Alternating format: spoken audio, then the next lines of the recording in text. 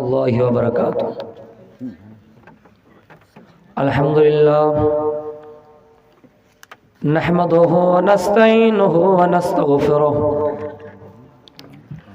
ونؤمن بہ ونتوکل علیہ ونعوذ باللہ من شرور انفسنا ومن سیئات اعمالنا من يهده الله فلا مضل له ومن يضلله فلا هادي له واشهد ان لا اله الا الله وحده لا شريك له واشهد ان محمدا عبده ورسوله اما بعد فان خير الحديث كتاب الله وخير الهدي هدي محمد صلى الله عليه وسلم وشر الأمور محدثاتها وكل محدثة بدعة وكل بدعة ضلالة وكل ضلالة في النار عباد الرحمن الذين يمشون على الأرض هونا قال النبي صلى الله عليه وسلم اللهم ارحم بعباده